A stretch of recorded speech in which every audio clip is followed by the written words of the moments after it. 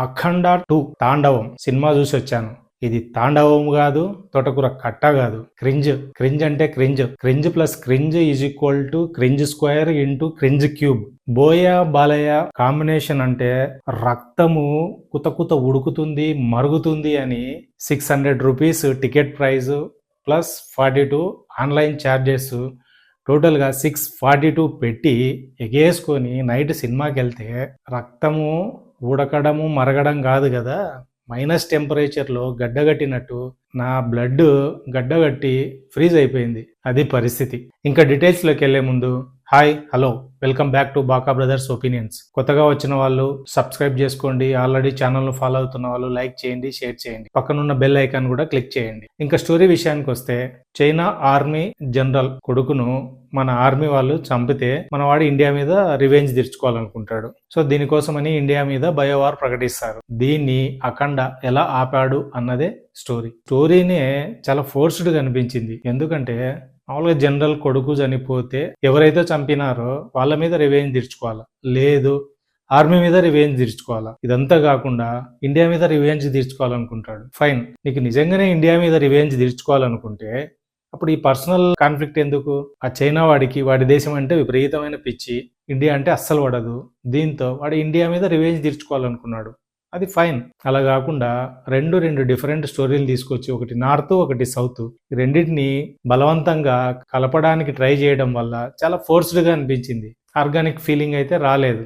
అందుకే ఆ ఎమోషన్ మనకు కనెక్ట్ కాదు. హైలైట్స్ గురించి మాట్లాడుకుందాం. ఓపెనింగ్ ఎపిసోడ్ ఇంటర్వెల్ బ్యాంగ్ అయితే మస్తుంది. నచ్చని విషయాల గురించి మాట్లాడుకుందాం. ఓపెనింగే ఎన్ఐఏ వాళ్ళంతా ఒక మీటింగ్ పెట్టుకుంటారు. దీనికి హెడ్ వచ్చేసి ఝాన్సీ. ఈ మీటింగ్ ఏంటంటే అఖండ 100 మందినో 200 మందినో చంపినాడు, ఎక్కడున్నా కూడా అఖండను పట్టుకోవాలని. ఫైన్, ఇది బాగుంది. సరే, ఈ సీక్వెన్స్ ఏమన్నా నడుస్తుందేమో సినిమా అంతా అని మనం అనుకుంటాం. ఆ సీక్వెన్స్ కాదు కదా, ఆ ఊసే ఉండదు, ఆ మాటే ఉండదు లాస్ట్ వరకు.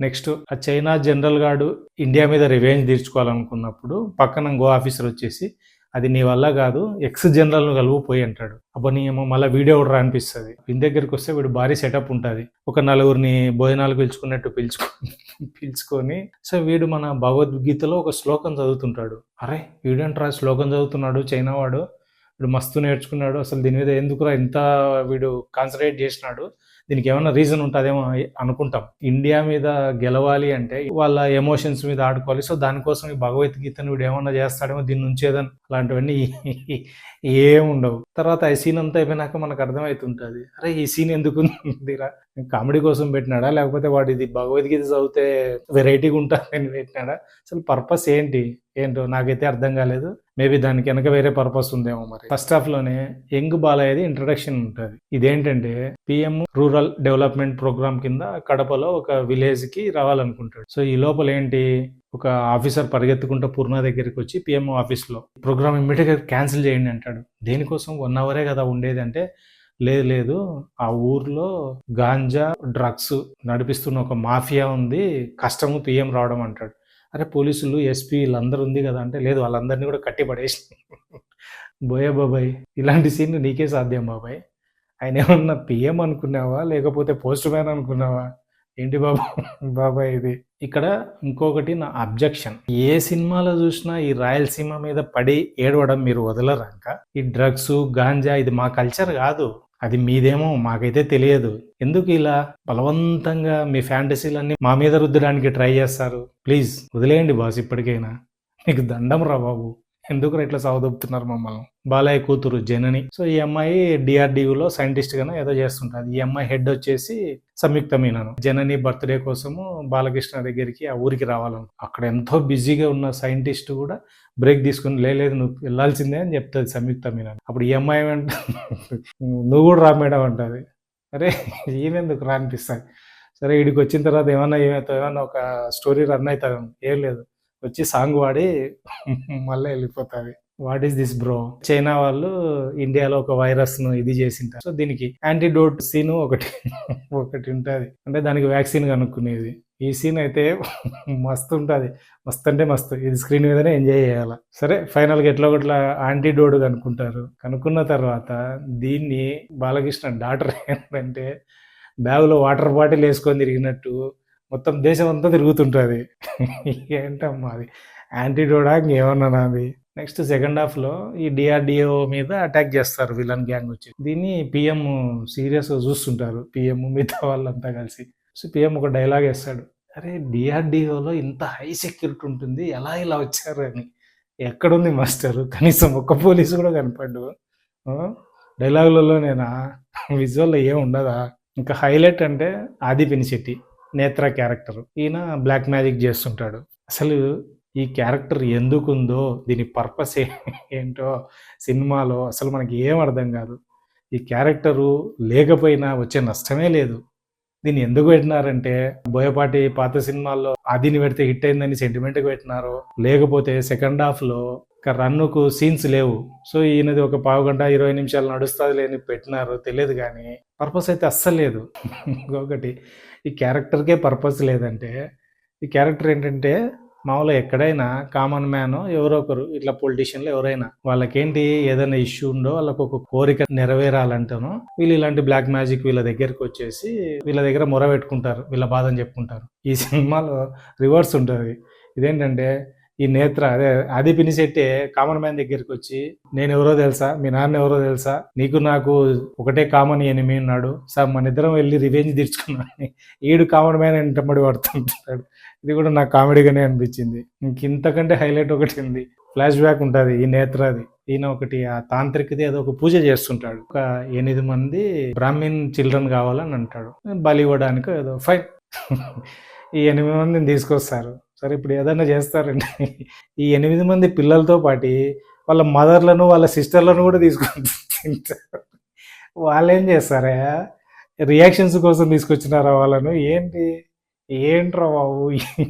ఇండియాలో వైరస్ వచ్చి చాలా మంది చనిపోతుంటారు, ఒక ప్యానిక్ సిచ్యువేషన్ ఉంటుంది. ఇలా ఉంటే పిఎం కానీ వాళ్ళ పిఎం ఆఫీసర్స్ కానీ ఎలా ఉండాలా, ఒక టెన్షన్లో, ఒక హై రిస్క్ ఈ జోన్లో అంతా హడావిడి, ఒక టెన్షన్ ఇది అంటుండాలి.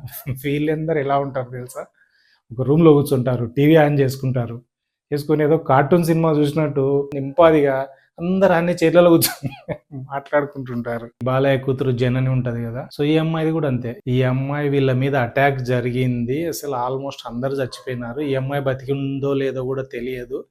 ఇలాంటి సిచ్యువేషన్లో మామూలుగా యంగ్ బాలయ్య వీళ్ళది కూడా ఏం రియాక్షన్స్ ఉండవు. అసలు వాళ్ళకు న్యూస్ తెలిసిందా లేదా, అసలు వీళ్ళు కూడా అమ్మాయి గురించి బతికిందా లేదా కూడా ఏం పట్టించుకోరు. ఇవి కదా రావాల్సింది, ఇవి డ్రామా సీన్లు. ఇవన్నీ చేస్తే మీరు ఎత్తుకున్న ఆ కంటెంట్ ఏదైతే ఉందో, ఆ చైనా వాళ్ళు ఇండియా మీద రివెంజ్ తెచ్చుకోవాలనుకుంటే ఒక వైరస్ వదిలినారు, దీని ఇంపాక్ట్ ఎట్లుంది, దీనివల్ల ఎలాంటి సిచ్యువేషన్లు అరైజ్ అయినాయి, దానివల్ల జనాలు ఎంత ప్యానిక్ అయిపోతున్నారు, ఇవన్నీ ఎస్టాబ్లిష్ చేస్తే అప్పుడు ఆ ఎమోషన్ వస్తుంది. అవన్నీ ఏముండవు, అన్నీ మాటలలోనే ఉంటాయి. నిమిషాలు ప్రీచింగ్స్ ఉంటూనే ఉంటాయి. ఫస్ట్ హాఫ్లో యంగ్ బాలయ్యది ఒక 10 నిమిషాలు ప్రీచింగ్ ఉంటుంది. నెక్స్ట్ సెకండ్ హాఫ్లో అఖండవి 2 times అవి ప్రీచింగ్స్. సో వీళ్ళిద్దరు ఓకే, బాలయ్య బాబు ఓకేలే అనుకుంటే, టిబెటన్ మాంక్ వచ్చి ఆయన కూడా ఇండియా గురించి ఉంటారు, ధర్మం గురించి ఆయన ప్రీచింగ్లు ఇస్తాడు. అమ్మ ఇవన్నీ విన్న తర్వాత ఇండియా అంటేనే విరక్తి కలిగేటట్టు చేసినారు వీళ్ళు. ఇంకా క్లైమాక్స్ ఉంటుంది, వార్ వెహికల్ ఉంటుంది కదా, సో దాని మీద అఖండ వస్తుంటాడు. దీంట్లో ముందు మిజైల్స్ వదిలే ఆ బ్యారెల్స్ ఉంటాయి కదా, గన్ను, ఆ బ్యారెల్స్ అయితే మరి ఎంత కామెడీగా ప్లాస్టిక్ ఉన్నట్టున్నాయి. అలాగే కేజీఎఫ్ గన్ ఉంటుంది చూడు, అది కూడా అట్లే ఉంది. మరి ఎంత వర్స్ట్గా ఉన్నాయంటే సీజీ, అది కూడా ఇంత బడ్జెట్ ఇంత అని, అసలు ఆ సీజీ కూడా వేస్ట్గా ఉంది. ఇలా చెప్పుకుంటూ పోతుంటే చాలా ఉన్నాయిలే, కానీ ఇంకా ఆర్టిస్టుల గురించి మాట్లాడుకున్నాం. నిజంగా అఖండ బాలయ్య అయితే చించి పడేసినాడు. ఇటులో ఇంకా ఎమోషన్లు ఆ దమ్ము లేదు, కానీ ఉండింటే నిజంగానే ఇరగ్గొట్టేవాడు. ఇంకా మిగతా ఆర్టిస్టుల గురించా, వాళ్ళ క్యారెక్టరైజేషన్స్ లేవు కాబట్టి పాపం వాళ్ళు ఎవరు మనకి ఏ ఇంపాక్ట్ క్రియేట్ చేయరు. సో మిగతా వాళ్ళందరినీ వదిలేసాం. ఈ యంగ్ బాలయ్య కూడా అంతే. సో ఈయన కూడా సినిమాలు ఎందుకున్నాడో ఏం తెలియదు. ఈయన వైఫ్ లేనంటే ఈయన కూడా లేకపోయినా సినిమాకి వచ్చే నష్టం ఏం లేదు. ఆ ఒక్క కూతురు కోసం పెట్టిన సినిమా ఫైన్, ఎందుకంటే కూతురు దీని మీదనే ఉంటుంది సినిమా. ఆయన ఇచ్చిన మాట కోసం, కూతురికి ఇచ్చిన మాట కోసమే అక్కడ మళ్ళీ తిరిగి రావడం. సో ఆ యంగ్ బాలయ్య ఒక పాట, ఒక ఫైట్కు తప్ప సినిమాలో ఏం లేదు. ఆ పర్పస్ కూడా వేస్ట్ అంటే వేస్ట్.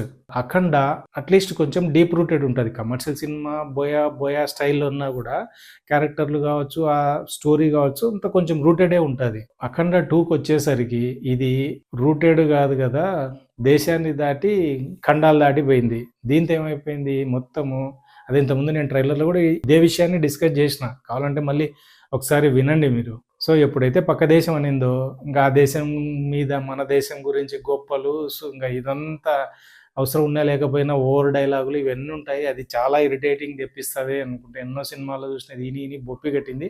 ఈ సినిమాలు కూడా అదే రిపీట్ అవుతుంది అనుకున్నా, సేమ్ అదే రిపీట్ అయింది. ఒక స్టేజ్లో ఆపండ్రా బాబు అనే ఫీలింగ్ వస్తుంది. సో ఎప్పుడైతే ఇది రూటెడ్ నుంచి అలా వెళ్ళిపోయిందో ఎమోషనల్గా మనం ఎక్కడ కనెక్ట్ కాం. ఆ ఫస్ట్ అఖండాలో అట్లీస్ట్ ఆ పాపకు అఖండకు మధ్యలో ఎమోషన్ చాలా గట్టిగా వర్కౌట్ అయింది, అందుకే అది అంత బ్లాక్ బస్టర్ హిట్ అయింది. దీంట్లో ఛాన్స్ ఉన్నా కూడా ఆ సైడే పోలే.